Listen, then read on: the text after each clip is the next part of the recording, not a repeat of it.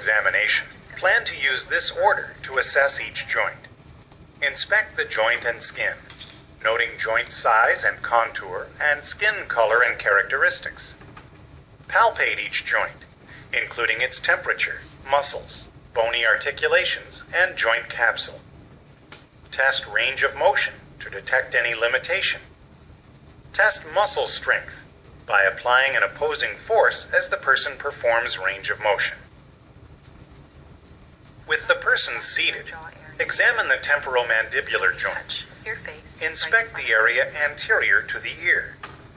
Place your fingertips in front of each ear and ask the person to open and close his mouth. Now I want you to open your jaw as wide as you can. Now ask him to open his mouth maximally. Normally, the space between the upper and lower incisors is 3 to 6 centimeters. Good.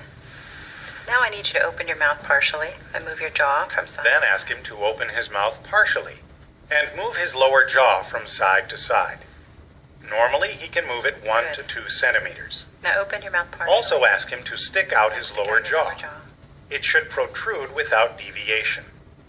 Now I'm going to examine the muscles of the jaw.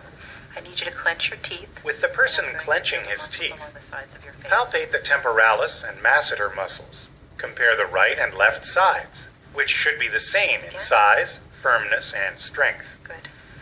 Now I'm going to be checking the strength of your jaw muscles. I'm going to touch your face. Ask the person to move his jaw forward and laterally against your resistance, which he should be able to overcome. Good.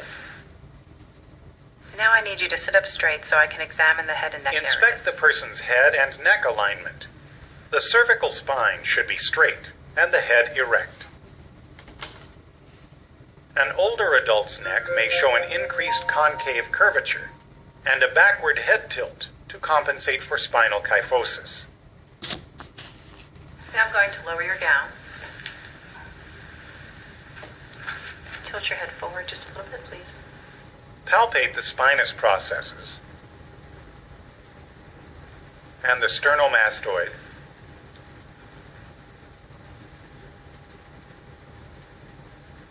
Good. Trapezius. Good. And paravertebral muscles. They should feel firm and non-tender.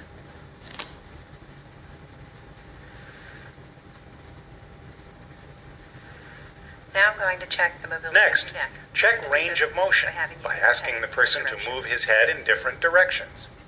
You should see flexion of 45 degrees, I want you to put your head extension back of as far as you 55 can. degrees, Tilt your head to the right as far as you can. lateral bending of 40 degrees to the right and left, Now turn your head to the right as far as you can, and rotation of 70 degrees to the right and left. and to the left. Each movement should be smooth and controlled. This time we're going to do it with some resistance. Test muscle strength by applying resistance as the person repeats these motions. He should be able to resist your hand pressure equally in all directions. Good. Now I'm going to take a look at your shoulders. Inspect the shoulders posteriorly and anteriorly, checking the joint size and contour, and the shoulder's bony landmarks. You should see no redness, atrophy, deformity, asymmetry, or swelling. Next, palpate both shoulders, starting at the clavicle. Explore the acromioclavicular joint, subacromial bursa, greater tubercle of the humerus,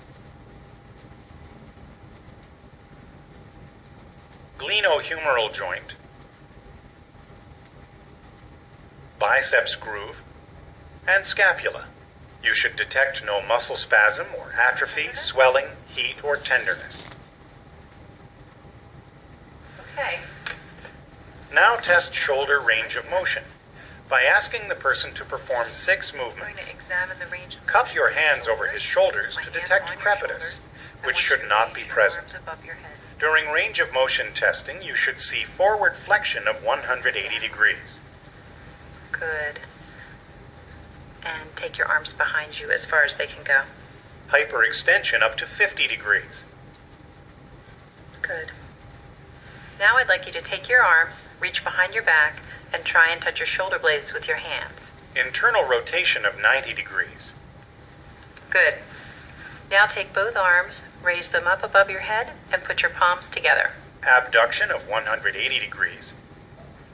Now take your right arm. As you lower it, sweep it across the front of your body as far as... Adduction of 50 degrees. Good. And the left. Good. And external rotation of 90 degrees. You can have a seat on the table. We're going to continue with the evaluation of the strength of your shoulder. Then test the strength of the shoulder muscles And I want you to by shrug having the against person shrug against your resistance, which he should be able to overcome. Now we're going to examine your elbow. Inspect the elbows in the extended and flexed positions, particularly noting the olecranon bursa and olecranon process. Good. You should see no deformities, redness, or swelling. With the person's elbow relaxed and flexed about 70 degrees, use your thumb and fingers to palpate the olecranon process and the medial and lateral epicondyles of the humerus. Normal tissues and fat pads should feel fairly solid. They should have no synovial thickening, swelling, nodules, or tenderness. Also palpate the olecranon bursa, which normally is not hot, swollen, or nodular. We're going to continue on with the exam and check your range of motion of your elbows. I want you to Then test range of motion by having the person perform elbow movements. You should see flexion of 160 degrees, extension at 0 degrees. And same with the left. Good. Now I'd like you to put your elbows at your side, hands out in front of you. I want you to place Pronation of 90 degrees. And supination of 90 degrees. Now I'm going to check the strength in your elbows. To test muscle I want you strength, to resist. stabilize the person's arm with one hand. Now push. Then have him flex his elbow against your resistance. Also ask him to extend his elbow against your resistance. He should be able to overcome it. Good. Now I'm going to check your hands and wrists. Inspect the wrists and hands. Normally the wrists are in slight extension. The fingers lie in the same axis as the forearm, and no swelling, redness, deformities, or nodules are present. The skin should look smooth with knuckle wrinkles and full muscles. Note the thenar eminence, which should be a round mound on the palm next to the thumb. Now support the person's hand with your fingers. Relax and straighten his wrist, and palpate it firmly from side to side with both thumbs. Normally, the joint surfaces feel smooth, with no swelling, bogginess, nodules, or tenderness. Palpate the metacarpophalangeal joints with your thumbs just distal to and on either side of the knuckles.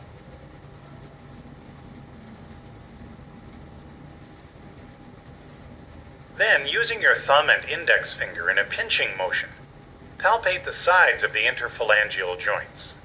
Normally, no synovial thickening, tenderness, warmth, or nodules are present.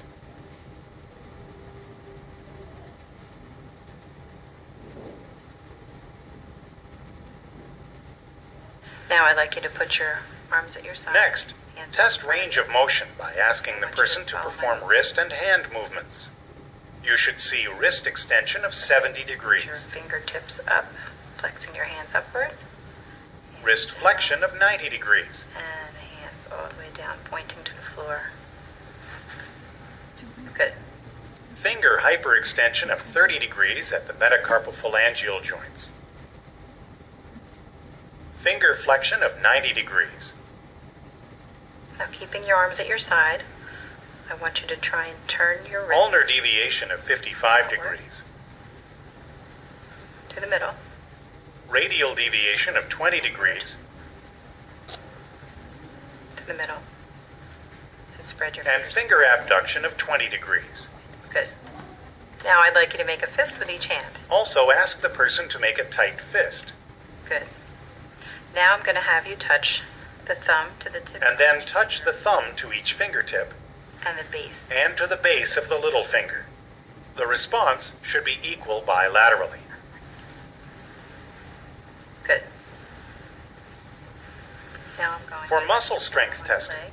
stabilize the person's supine forearm. Try and straighten out your wrist. I want you to reach. Ask him to flex his wrist against your resistance at the palm. Good. Same on the other side. Good. Now I want you to take the backs of your hands and put them together, keeping your elbows bent. Next, perform Phelan's test. Have the person hold both hands back to back while flexing his wrists 90 degrees. When held for 60 seconds, this position should cause no numbness or burning. Move your wrists. Good. Also assess for Tinel's sign by percussing over the median nerve in the wrist. Any pain or discomfort? This should cause no burning or tingling, which is Tinel's sign. Yes. Any pain or tingling at all? No, just a tapping. Good. Let's try the other wrist. Any discomfort at all? No. How about now? No. Good. I'm going to examine your hips now. You can lay back. Although you'll inspect the hip joints with the spine when the person is standing, palpate the hip joints while he is supine. They should feel stable and symmetrical, with no tenderness or crepitus. Next, assess range of motion by having the person perform certain movements. Right leg as high as you can. You should see hip flexion of 90 degrees with a straight knee. Good. Keeping this leg straight, I'd like you to bend the other leg into your chest. Hip flexion of 120 degrees with a flexed knee. Good. Now I'd like to have you bend your right knee, put your foot right on the table flat. Internal rotation of Bring your 40 right knee degrees. towards me. And now to the opposite side as well. External rotation of 45 degrees. We're going to lift your left leg, take it out to the side as far as it's comfortable. Abduction of 40 to 45 and then we're going to take it degrees. across your body. And adduction of 20 to 30 degrees. Good. And you can relax. Good. To examine the knees, begin with inspection. The skin normally looks smooth, even-colored, and free of lesions. Assess lower leg alignment. The lower leg should extend in the same axis as the thigh. Observe the knee's shape and contour. You should see concavities on each side of the patella and should find no fullness or swelling. Check the quadriceps muscle for atrophy, which should not be present. With the quadriceps relaxed, palpate the knee, starting about 10 centimeters above the patella.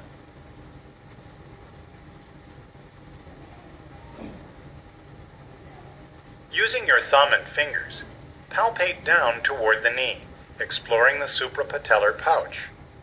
The muscles and soft tissues should feel solid, and the joint should feel smooth with no warmth, tenderness, thickening, or nodularity. I'm going to check your knee for fluid now. You're going to feel me touch the inside of your kneecap. If you notice swelling, test for the bulge sign. To do this, firmly stroke up on the medial aspect of the knee 2 or 3 times. Then tap the lateral aspect. Watch the hollow in the medial side for a bulge from the fluid wave. Normally, none is present. For me, please. Now continue by palpating the tibiofemoral joint, which should have smooth margins and no pain. Also palpate the infrapatellar fat pad and the patella. Check for crepitus by holding your hand on the patella as the person extends and flexes his knee. And then Some crepitus is common. straight.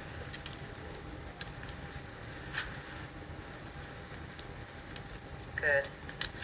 Good. Next, check knee range of motion by having the person stand and perform 2 movements.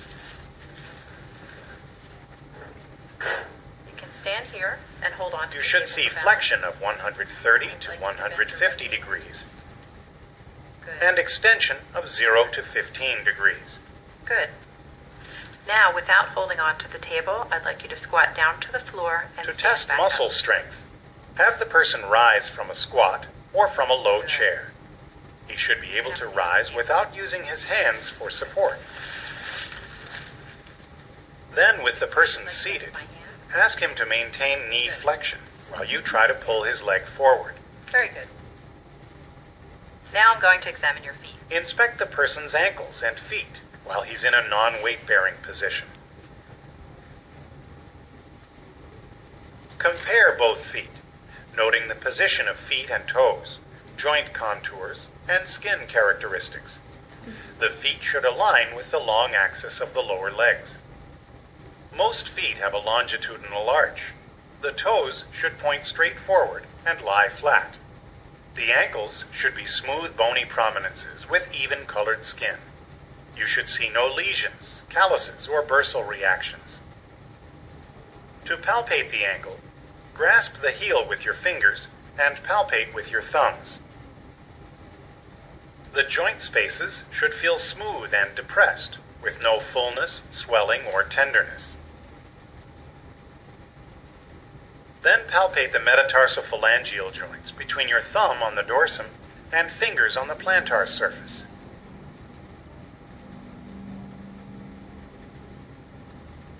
Also palpate the interphalangeal joints on the medial and lateral sides of the toes, using your thumb and forefinger.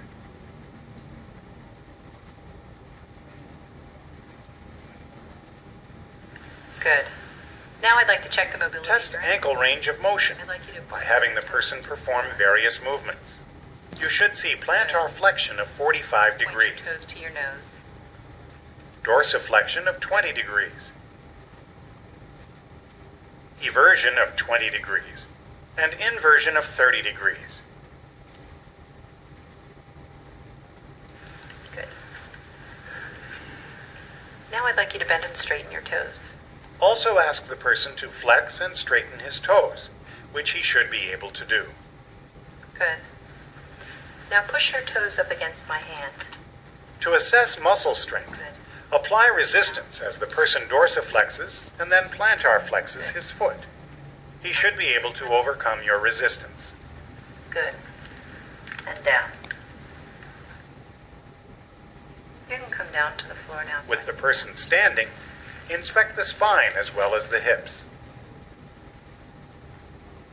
Imagine a line from his head down through the spinous processes and gluteal cleft. The shoulders, scapula, iliac crests, and gluteal folds should be symmetrical and equal horizontally. The buttocks should be equal in size. The spaces between the arms and the lateral thorax should also be equal. The knees and feet should align with the trunk and point forward.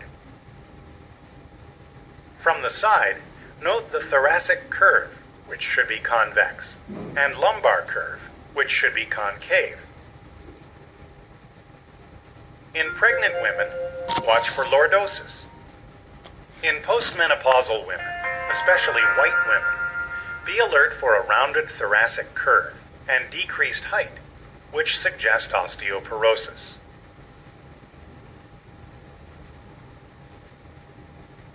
Palpate the spinous processes, which normally are straight and non-tender. Also palpate the paravertebral muscles. They should feel firm with no tenderness or spasms.